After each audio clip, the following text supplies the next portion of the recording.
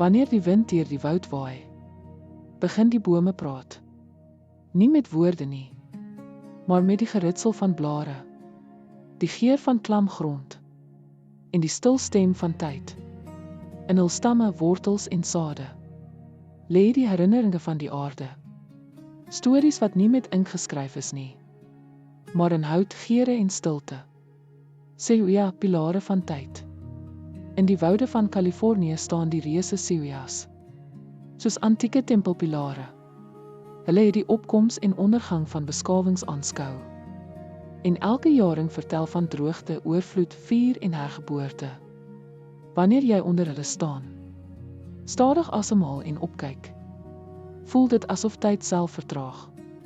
Hulle herinner ons daaraan dat lewe veel groter is as 'n enkele geslag. Baobab, die geheue van gemeenskappe. In die droë vlaktes van Afrika staan die baobab dik, sag en stil. Vir dorpe is dit die hart van die gemeenskap. Onder sy wyd uitgestrekte takke vergader mense. Sing, vertel stories en neem besluite. Sommige baobabs is eeue oud en hul stamme dien as kerke, winkels, selfs kroë. Mense glo dat voorvadergeeste binne hulle woon. Die boom is nie net 'n landskap nie. Dit is 'n lewende geheue. Akasia, die digter van die woestyn. In die uitgestrekte savanne staan die akasia elegant en hardnekkig. Haar diep wortels vind water waar geen ander plant kan nie. Haar geurende blomme roep bye en diere. In die koel oggendlig. Sy beskerm haarself deur chemiese boodskappe. Na naburige bome te stuur wanneer giraffes kom eet.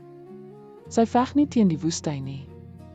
Sy luister daarna en leef saam daarmee.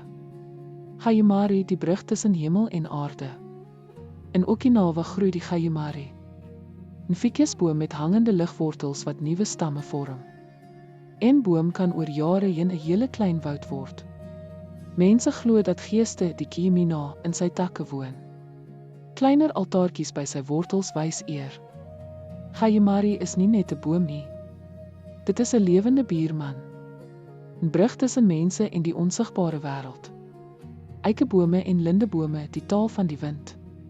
In Europa was eikebome en lindebome eeue lank heilig.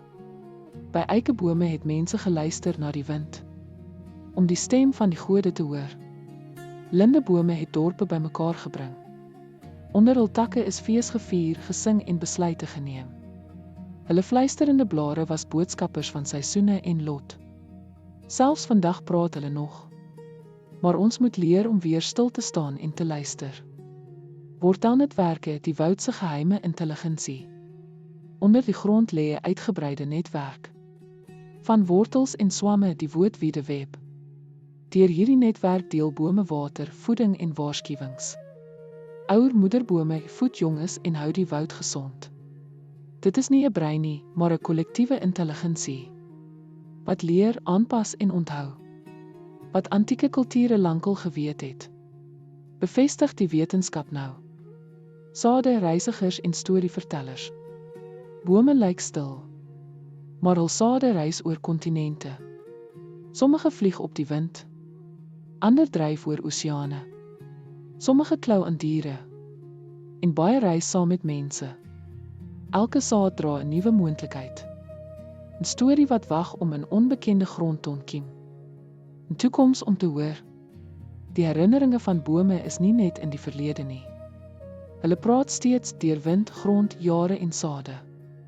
Ons taak is eenvoudig maar diep om weer te luister.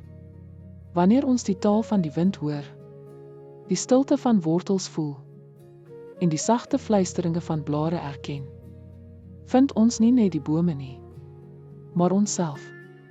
Ons het ons stories aan julle toevertrou, bewaar dit. Die fluistering van die bome praat.